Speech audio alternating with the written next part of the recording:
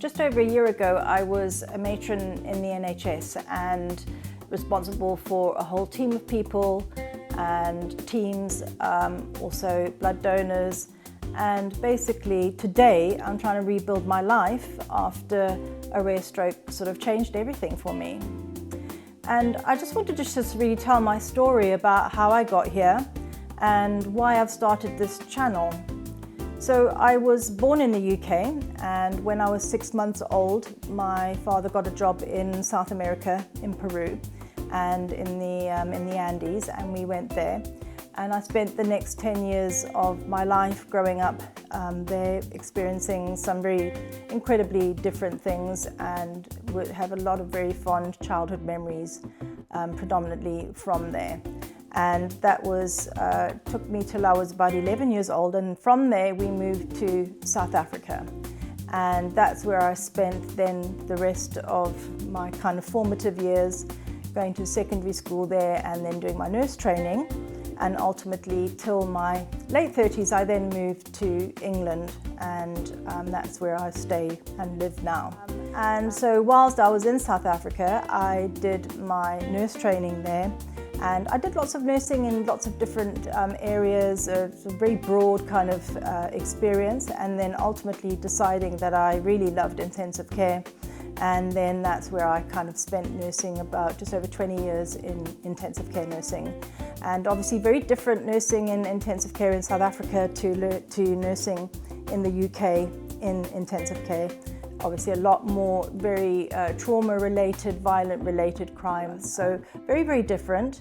And it was, I think, an incredible sort of situation in a nursing sense to learn and deal with sort of the trauma, the families, the loss, the suffering and that sort of thing, but also very rewarding at the same time to be able to make a difference in people's lives. And I've loved intensive care very, very much.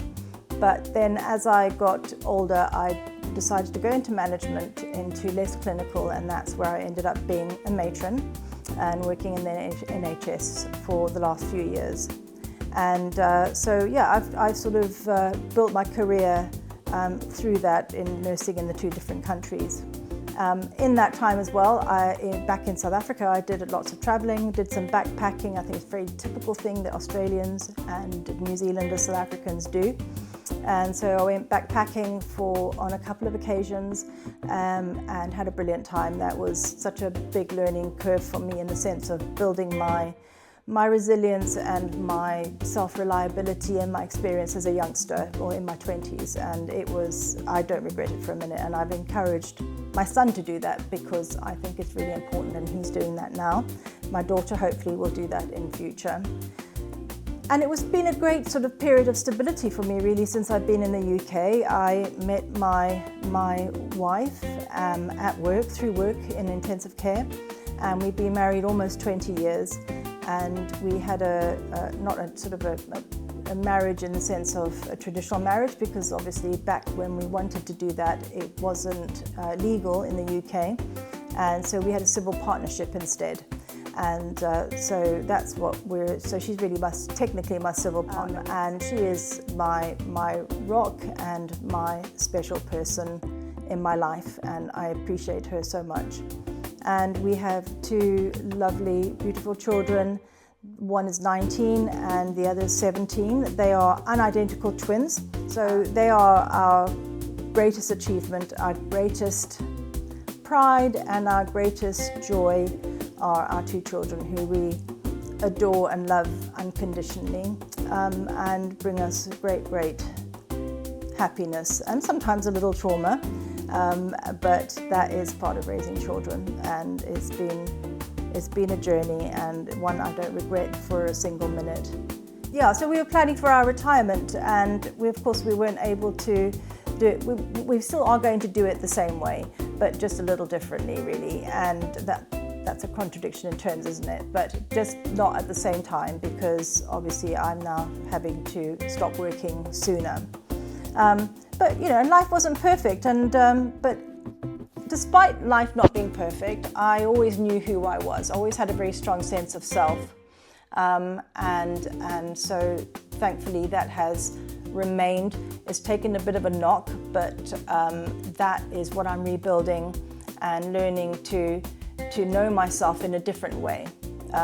Because obviously I can't do certain things that I did, and I'm just, as I say, probably learning about different things about myself, and that's been really quite an interesting thing to do as well. I think I've allowed myself to be more kind of vulnerable really and put myself out there a bit more, whereas before I always tried to be very sort of, you know, self-contained and strong and, you know, tried to not show vulnerability and that sort of thing.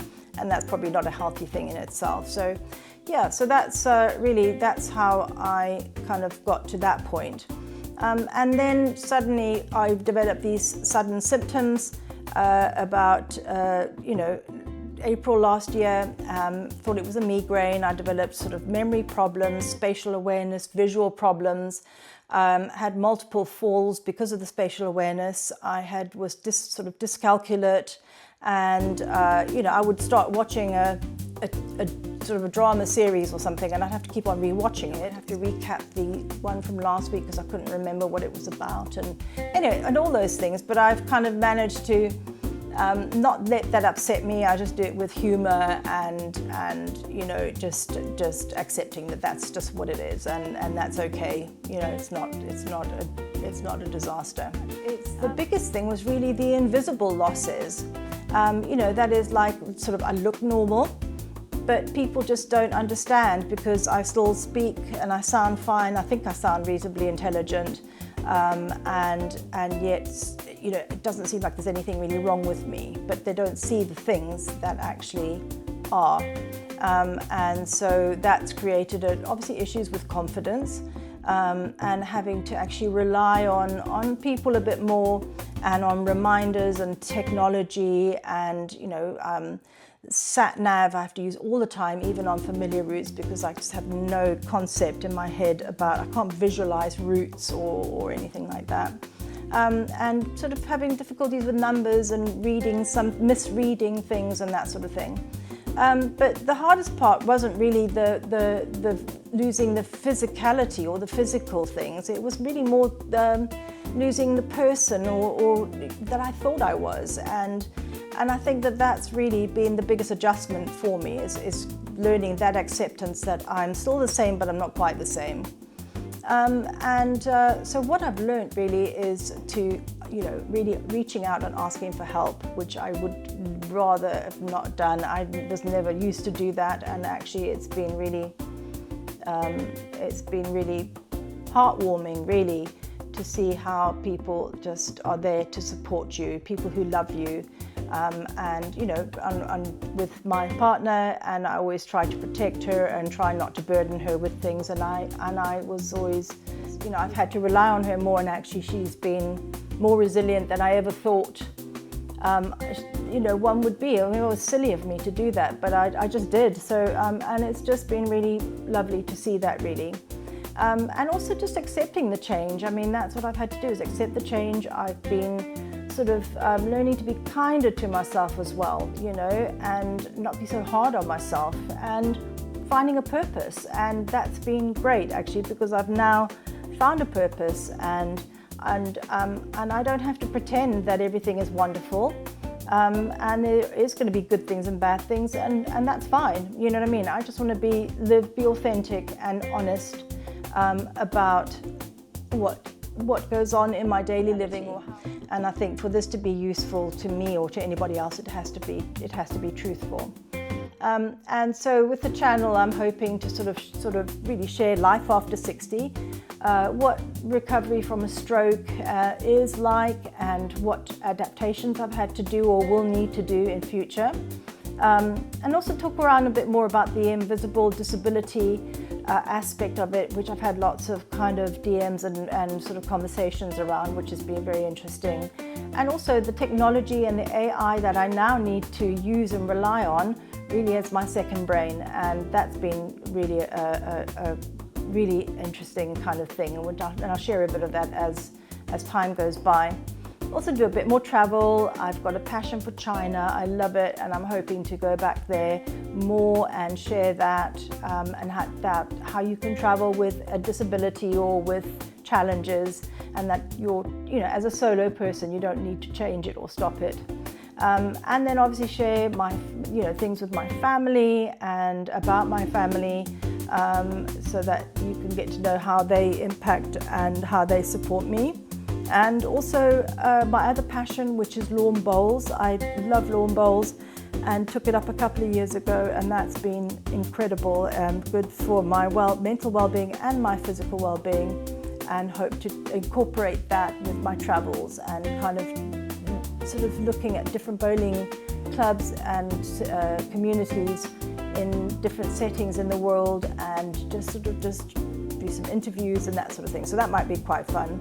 And really, it's all just about starting over, and it's going to be fun trying to just figure that out, really. So I don't really know where exactly this next chapter is actually going, but I'm hoping that if you've ever faced any challenges or any changes, and that you want to share them with me or not, it's fine. And just hopefully, as I said the other day, just reach out to other people as well if you feel comfortable to share any issues, or if you're having any challenges with disabilities or anything like that, then obviously do, and just try and figure it all out together. So hopefully you will stay and share this journey with me, this adventure with me, and please sort of like, comment, subscribe, all those things that one has to do on social media to help me actually grow the channel, and hopefully I'll see you along the way.